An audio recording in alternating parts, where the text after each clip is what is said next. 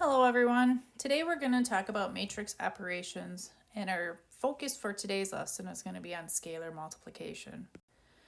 Our learning target for today is going to be able to understand a scalar is a number which can scale each value in a matrix. And in order to be successful at that, we need to be able to define a matrix, use proper matrix notation, and be able to multiply a matrix of any order by a scalar. So our first question is, what is a matrix? And a matrix is just a rectangular array of numbers. So I'm going to write that definition down. A rectangular array. And we use matrices quite a bit in mathematics, especially if you get into computer science, if you want to look at graphics. If you actually think of the movie Matrix, you could actually make a connection between that movie and matrices in a sense, because when it came to all of the computer graphics that they were using in the movie. So an example of a matrix, we're going to draw this bracket, and I'm just going to pick numbers 1, 2, 3, -4, 0, and 6. And then I'm going to put this bracket on this side. I just randomly picked numbers to put into this matrix to use as an example. But all matrices are a rectangle. So to make the rectangle, you're going to have rows and you're going to have columns. So if we look here, we can say these are our rows. And in our matrices, we have how many rows? 1 row, 2 rows. So we have 2 rows. And then you draw a little bracket. We also have columns, right? Columns, I always think of the Colosseums, right? Colosseums had those big columns in the front of the structure. So columns go up and down. So we have 1, 2, 3. We actually have 3 columns. So when it comes to naming this matrix, this is a 2 by 3 matrix. Matrices are always named by the row times the column, okay?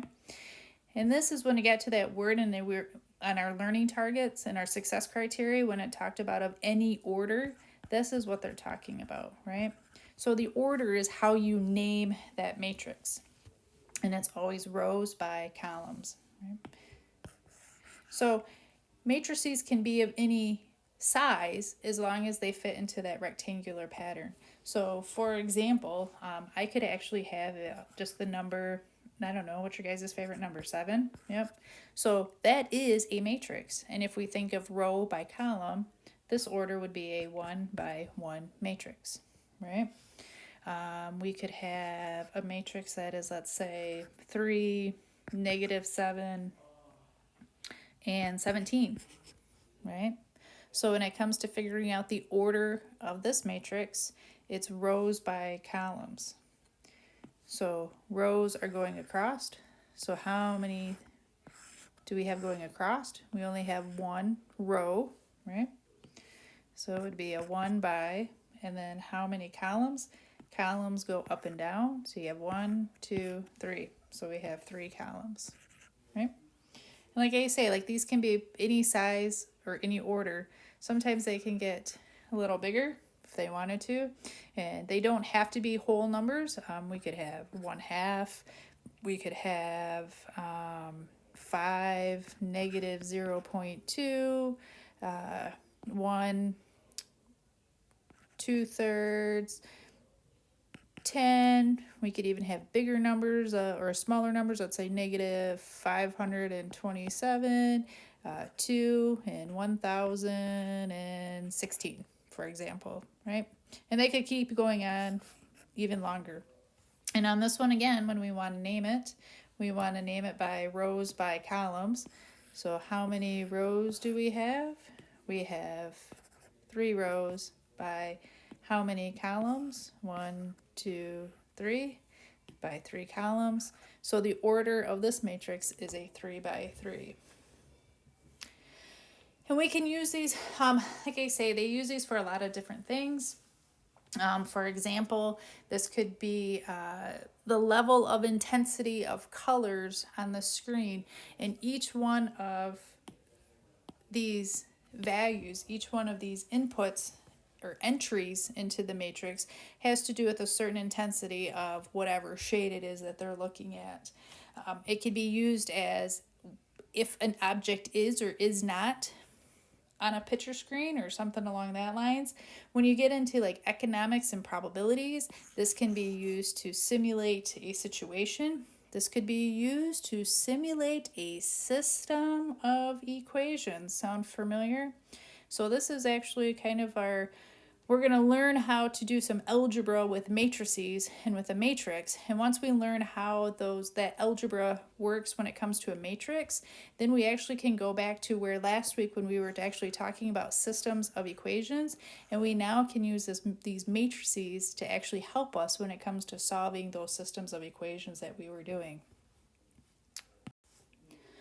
So let's start off with just kind of doing some basic algebra onto our matrix to get an understanding of some of how this all works.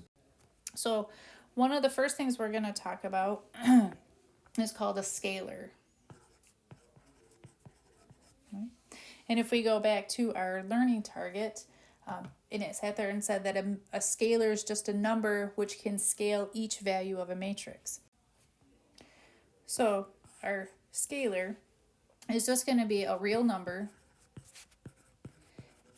and it's not a part of the array of the original matrix. So let's just arbitrarily pick a matrix. So let's say we have let's go 7, 5, -10, 3, 8, and 0, right?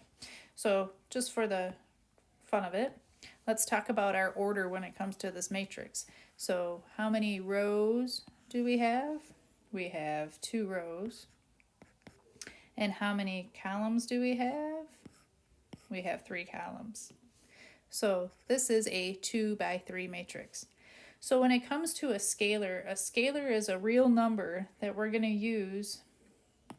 Trying to pick my colors here.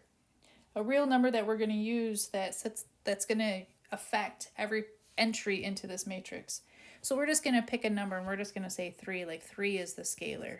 So 3 is out front. So it's really 3 times whatever that scalar is. So using our critical thinking skills, if we want to sit there and ask ourselves, well, how is that 3 going to affect every entry in the matrix? If you thought that you're just going to go 3 times 7, 3 times 5, 3 times -10 and do the same thing on that bottom row, you are absolutely correct. So when it comes to scalar multiplication and the fact that this has an effect or it scales every entry into the matrix, our new matrix is going to be 3 times 7 is 21, 3 times 5 is 15, 3 times -10 is -30, 3 times 3 is 9, 3 times 8 is 24, and 3 times 0 is 0. And now when I look at this new matrix that I just now have by multiplying it through by that scalar, what's the size of this matrix? It is still a 2 by 3. So important to remember that when it comes to looking at scalars and we are multiplying through by that scalar onto that matrix, the order or the size of that matrix does not change.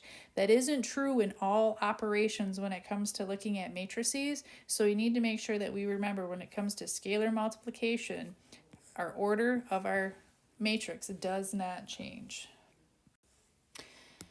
Let's just throw out another example or two when it comes to this scalar multiplication.